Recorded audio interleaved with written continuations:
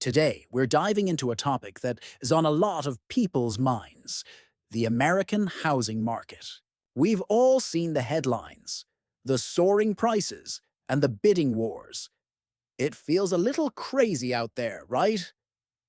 And it has got many of us asking the big question: are we in another housing bubble, and is history about to repeat itself? Let's take a quick trip back in time. Remember the mid 2000s? The housing market was on fire. It seemed like everyone was flipping houses, getting mortgages was incredibly easy, and home prices just kept going up, up, up. This was the era of subprime mortgages, where loans were given out to borrowers with less than perfect credit, often with tricky terms like adjustable rates that would balloon later on. These risky loans were then bundled together into complex financial products called mortgage-backed securities and sold to investors all over the world. The whole system was built on the assumption that housing prices would never fall. But in 2007 and 2008, that assumption shattered. When those adjustable rate mortgages started to reset, homeowners couldn't afford their new, much higher payments. Defaults and foreclosures skyrocketed. This caused the value of those mortgage-backed securities to plummet, triggering a chain reaction that nearly brought down the entire global financial system. The housing bubble had burst, leading to the Great Recession. It was a painful lesson in how speculation, lax lending standards, and complex financial instruments can create a disaster. Millions of people lost their homes, their savings, and their jobs. So, fast forward to today. When we see home prices shooting up by 20% or more in a single year, it's natural to feel a sense of déjà vu. Are we making the same mistakes all over again? Let's break down what's happening now and compare it to the bubble of the 2000s. First, let's talk about what's driving today's high prices. A huge factor is a classic case of supply and demand.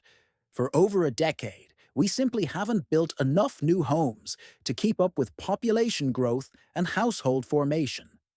This shortage was made even worse by the pandemic, which caused supply chain disruptions and labor shortages, making it harder and more expensive to build new houses. On the demand side, we have the largest generation in American history, the millennials, entering their prime home buying years. On top of that, the pandemic completely changed how we view our homes. Suddenly, our house wasn't just a place to sleep. It was our office, our gym, our school, and our sanctuary. People wanted more space, and with remote work becoming the new normal for many, they were no longer tied to expensive city centers. This fueled a massive wave of demand for single-family homes. And of course, we can't forget about interest rates. For the past couple of years, mortgage rates were at historic lows. This made borrowing money incredibly cheap, which significantly increased buyers' purchasing power and poured even more fuel on the demand fire. So, we have a massive number of buyers competing for a very limited number of homes. That's a recipe for the bidding wars and rapid price appreciation we've been seeing. Now, how is this different from the 2000s bubble? The single biggest difference lies in lending standards. The ninja loans of the past, no income, no job, or assets, are gone. After the 2008 crisis, regulations like the Dodd-Frank Act were put in place to tighten up the mortgage industry. Today, getting a mortgage is a much more rigorous process. Lenders are required to verify a borrower's ability to repay the loan. You need a solid credit score, a stable income, and a documented financial history. The average credit score for new mortgage borrowers today is significantly higher than it was during the bubble years. This means the homeowners who are buying today are, on the whole, much more financially stable and less likely to default if the economy takes a downturn. Another key difference is the amount of equity homeowners have.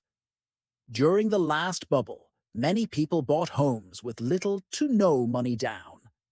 When prices fell, they were instantly underwater, meaning they owed more on their mortgage than their house was worth.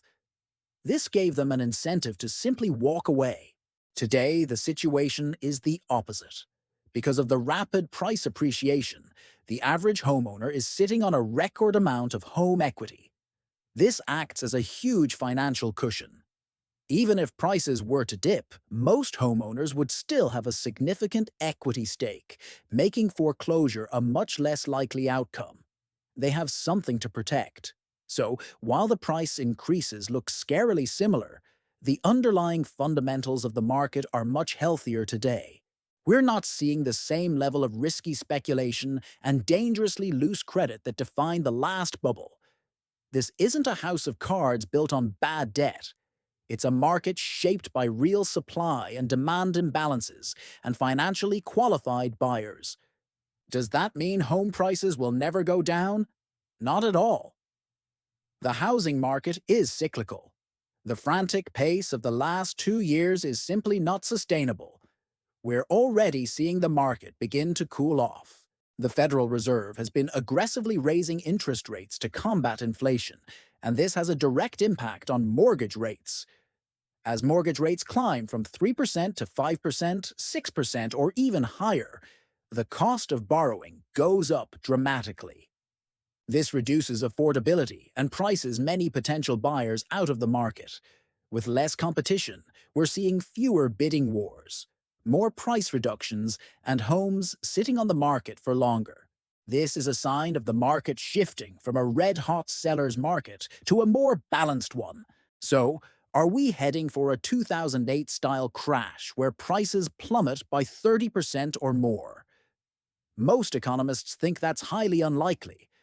A crash of that magnitude was caused by a flood of forced selling from foreclosures. As we've discussed, today's homeowners are in a much stronger financial position, so we don't expect to see that same wave of distressed properties hitting the market. What's more likely is a period of price correction or stagnation. In some of the hottest, most overvalued markets, those that saw the most extreme price growth, we could see prices decline by 5% to 10%. In other, more stable markets, prices might simply flatten out or grow at a much slower, more normal pace. Think of it less as a bubble bursting and more as the market letting some air out and returning to sanity. This is actually a healthy and necessary adjustment. A market where prices only ever go straight up is unsustainable and locks out an entire generation of first-time buyers.